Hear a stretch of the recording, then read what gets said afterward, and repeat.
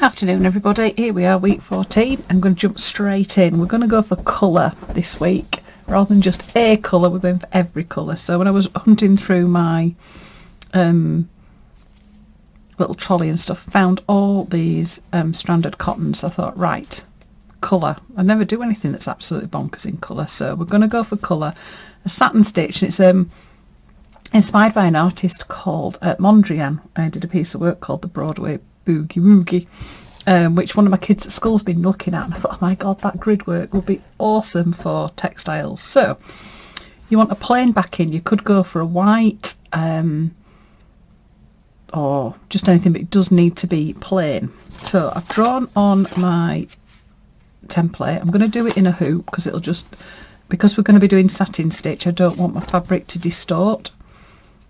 So I've got it nice and taut, tightened up. Should be a little bit like a tambourine. You're going to need a dark thread as an outlining thread. So I've got my black ready, but it could be a dark blue, dark green, dark brown. It doesn't really matter. I just decided to do black, so I don't ever tend to use black very much. So I thought that would be quite nice. So what I'm going to do is just in pencil, I'm just going to start drawing out some grids. And the idea is going to be that we are going to satin stitch in the grids, and then the black stitch is going to be the outlining one. So these grids could connect. They could be just little lines on their own.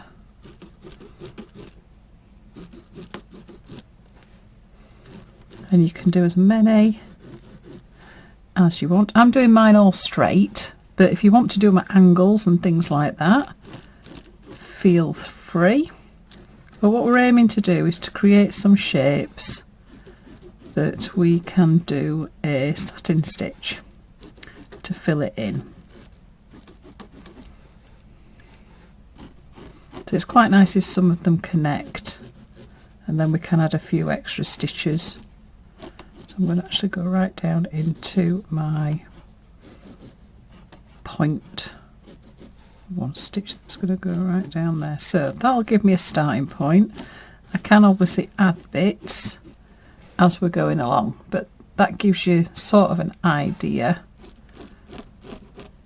of what we're doing. Something like this is really good to do and do a bit of a doodle. I'm just drawing it on in pencil because I know this is going to all be covered up with the stitching, but you could use like vanishing pens and pencils and stuff like that.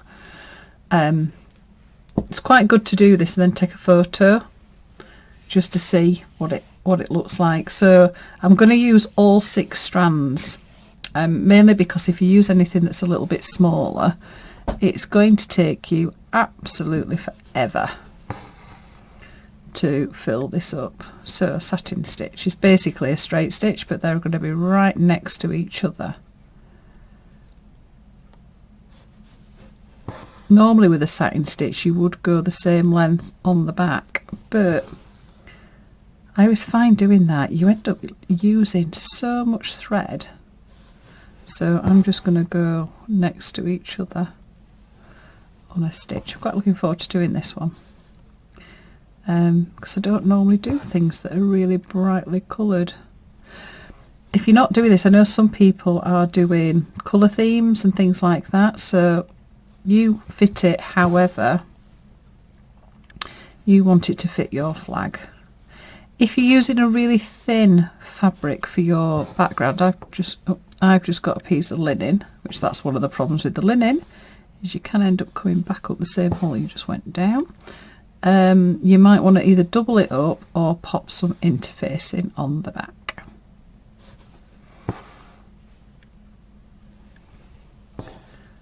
So this is another one of these ones. Keeping stitches quite simple. We're going to get a bit more complicated with stitches as we go through the year. Start throwing some new ones in.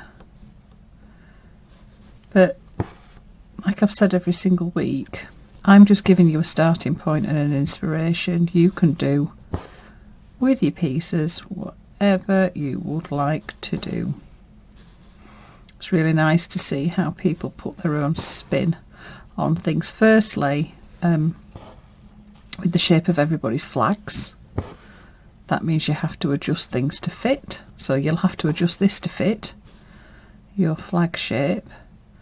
But then people are doing things that have got meanings behind them. It's got a bit of a gap, so it's got back in there. So you want to get these really, really tightly together. Don't want to see any fabric behind. Really gorgeous pop of colour there. So on the back, traditionally what you would do with the satin stitch is you'd go round and round and round. If you want to do that, that's fine.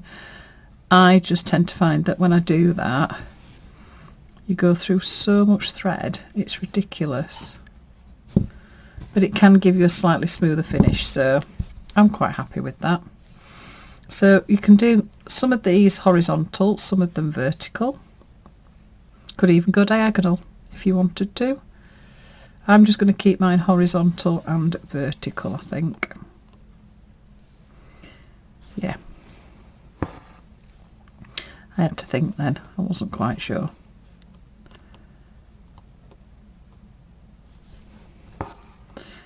Use as many colours as you want. But this one hopefully is really going to stand out. So when I look at all my flags, it's like each of them have sort of got like a colour for that week. But it's going to be quite nice just to have a bit of a riot of colour. So it is a good idea to keep looking at all your pieces together, because it sort of helps you, I think, make choices and colour choices and fabric choices. You sort of begin to see as well what your subconscious favourites are, I suppose. It's the best way of describing it. I know I go through phases of having favourites. So to tie it off, I'm just popping it through one of the threads at the back. So I don't really want to come through the fabric because I don't want that colour to pop out. There we go, horizontal and vertical. Right, let's go for another colour. A bit purple. Try and choose colours that I wouldn't normally use. There we go. Oh, I like that already. Nice and bright. One of my kids is going to come in now because I've just heard the mum word, I think. We'll see whether or not somebody pops their head in. Oh, maybe not, because I've not answered. They might have realised what's going on. Either that, or they're going to offer to make me my lunch.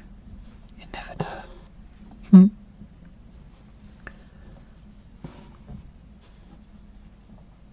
Quite nice this. It's actually, I'm stitching this actually on a Friday. Quite nice. Quite nice when you get up in the morning, you do, well, I do anyway, do my list of jobs to do that day, and it's like, ooh, tax. And then you tip your room up upside down, looking for stuff, but this week's actually has been a bit easy because I just happened to find something when I was tidying up, and it was like, ooh. I'd forgotten I'd got those. I think it was quite good as well because normally I keep all my threads in a colour box, so all the blues are together, yellows are together and stuff like that, and sometimes you forget about mixing your colours up. You just open it up and you just look at tones of that colour rather than thinking about, oh, well actually, why don't I use everything?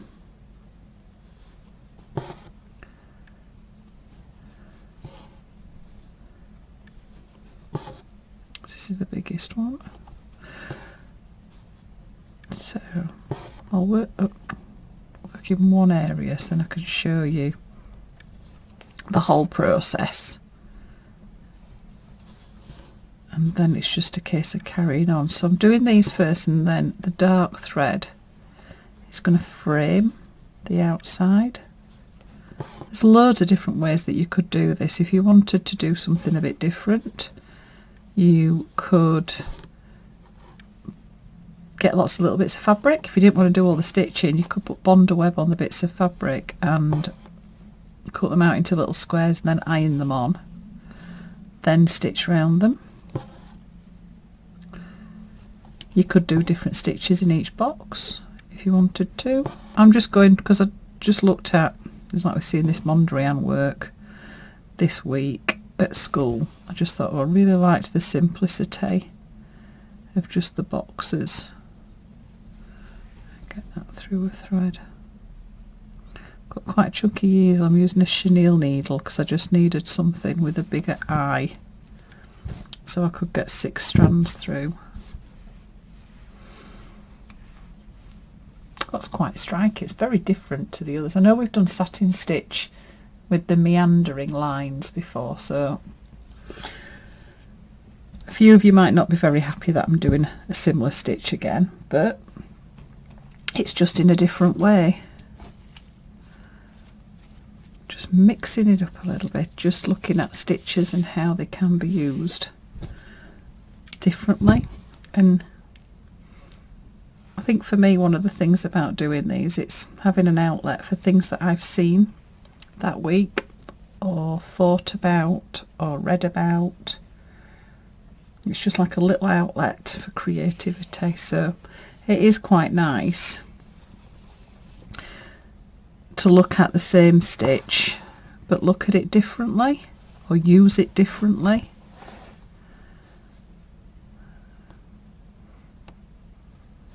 And I think for me, one of the things that I've begun to realise is there are a lot of stitches that we don't often think about. You think of them as not being the most exciting of stitches, but actually when you use them very, very differently, you get a very, very different effect.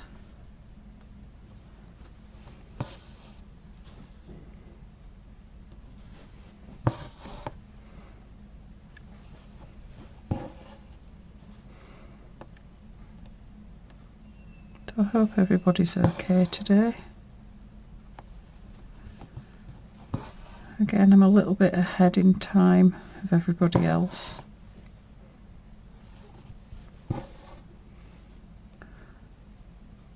So when this comes out, I'm not quite sure what state the world will be in, but hopefully everybody's alright.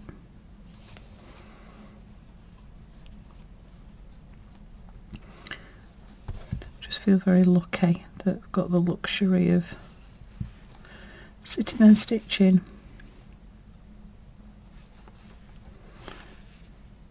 So wherever you are, I'm sending you all my love. I hope everybody's all right.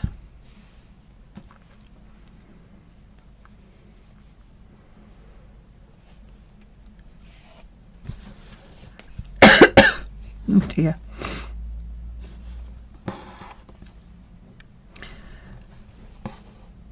Very strange world.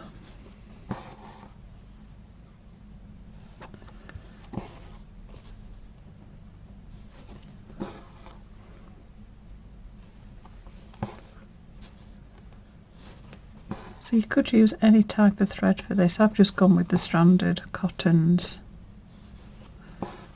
because it's a thicker thread. So doing this, it just fills up quicker, but depending on the size of your flag, you might want to go with some finer stitches. Not finer stitches, finer threads. If you haven't got any stranded cottons and you've only got perlés and things like that, well, you can double it up. So you sort of create your own stranded thread. This also would be really nice if you've got variegated threads. You could just use one variegated thread and just do all the squares the same. If you've not got a massive range of colours, then maybe choose two and then a dark colour. If you want to do it on a dark fabric, then you'd want your outlining bit, which I'll come to in a second, to be a lighter thread.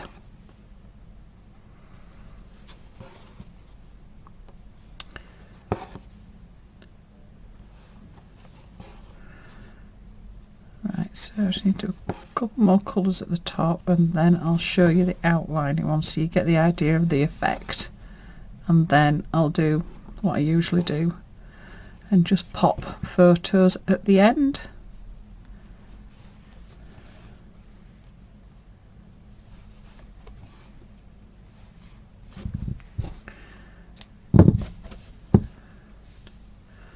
that bit because I'll be able to use that again. Right, let's go for another colour. Go full on clash.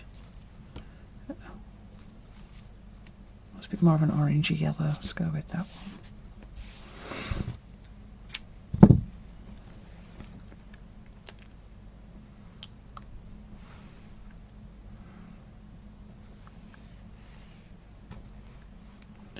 So it is going to be fairly straightforward, this.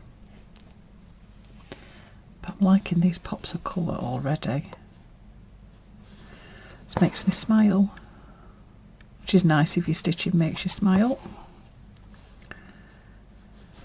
It's like a happy place. I'm sat here today, I've got my cup of coffee. Oops, don't go through the back there. Got my cup of coffee. Got a few grapes. I'm trying to convince myself that grapes are like eating chocolate. They're not, but I'm trying to be good.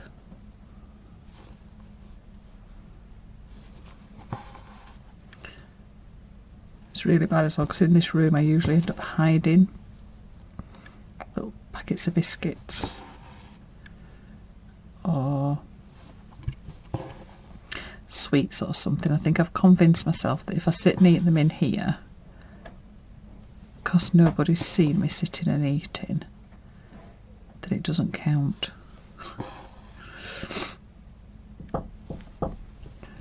Hello? Oh, thank you. I can't claim any responsibility. All right. That's brilliant. Thanks so much. Thank you. There you go.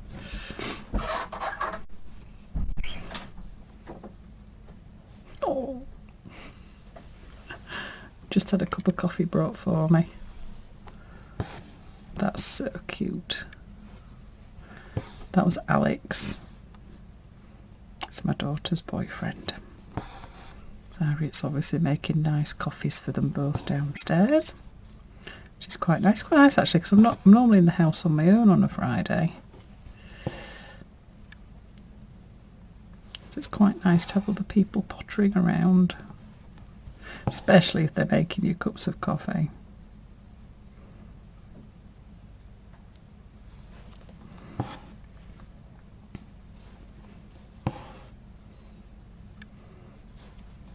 See, that's made me smile again. That's just way cute. Lucky thing this isn't live, because I think Alex then would have been absolutely mortified. Right, so I've done my top few grids. Okay, so then I'll show you the outline, which is very simple. It is basically a straight stitch that goes around the edge. So the reason that we've done the filling bits first is because then the black will form the grid, so it'll hide the joins between the colours, so make it look really, really neat and tidy. Okay, so I've got my black. So they're just going to be big straight stitches. So again, it's 6 strands. Oh, a little bit of that coming through. There we go. So what I'm going to do, doing this, because I want to get certain ones over the top, I'm going to do my horizontals first, and then I'll do the verticals over the top. So you've got to make sure to keep all your strands together. Or sometimes you just need to get your needle back down and just straighten them all back out again. There we go. You can just do little accent ones.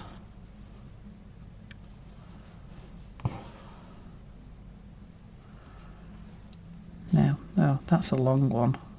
Right, I need to do another colour quickly. Let's chuck another colour in there. Let's go for this nice bright blue.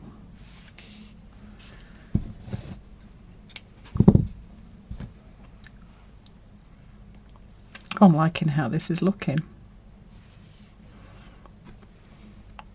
So I was going to do it on a white piece of fabric because it really, really popped out, but I don't think I wanted a white, totally white background. Right. this one.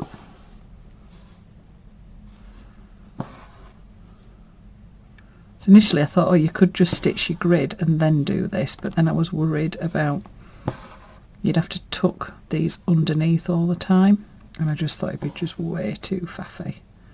So if you do your grids first, just pull your thread, because you want to get them as close together as you can.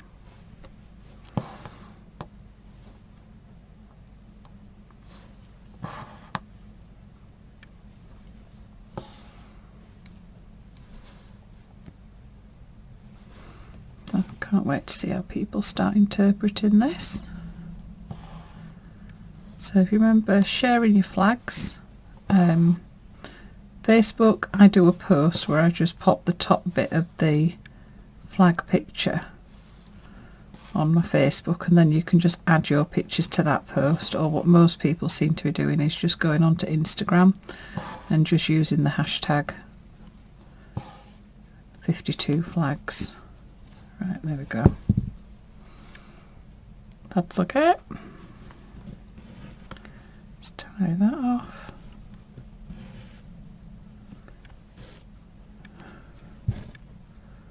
There we go. Right. Right, so now I can do my edging one, because that's going to go all the way across.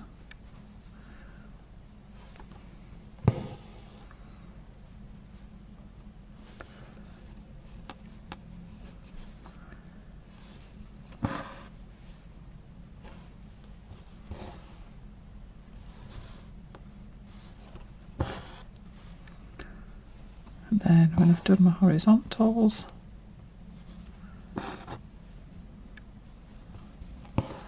just come back then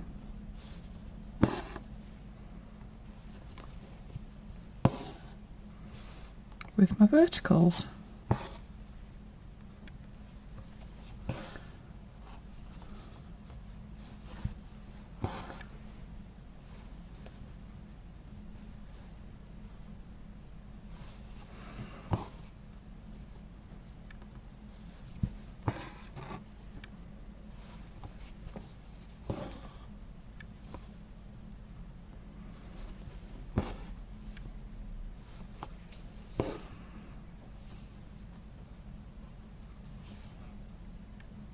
There we go. Now one of the things that you can do, if you want to, is where they cross over, because it sort of lifts off the surface. If you get a smaller needle, now then, let's have a look. Where will it be?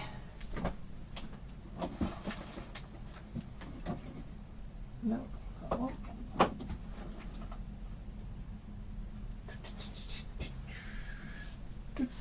Use a single strand of the black, I think.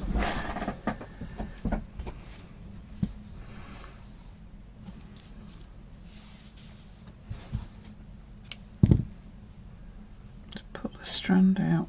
Easiest way to pull a strand out is keep your thread straight. Just hold it here and then pull, and it just all comes out, rather than it getting all knotty. So if I get a single strand, what I can then do is just do a little stitch where each of the on each of the crosses. So just come up, coming up one side, and then just going over and down.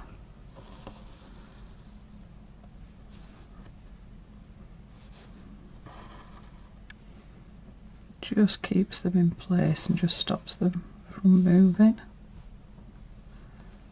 So you could just use a machine cotton if you wanted. I'm not pulling this majorly tight, it's just to hold it in place and just keep those lines just nice and straight. Especially if you've got some of the lines that are a lot longer,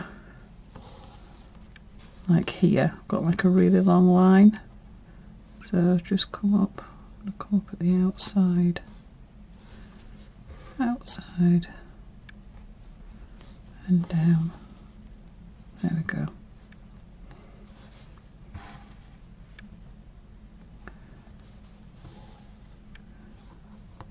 It'll just make sure that they don't move, and they do just really frame the edges, but also if you're doing just some random crosses,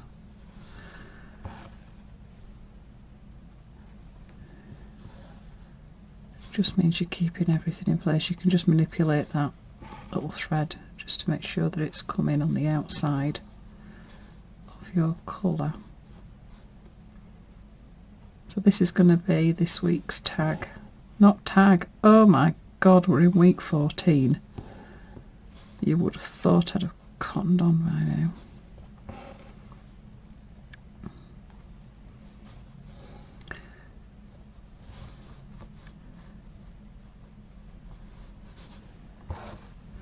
Trying to concentrate. There we go.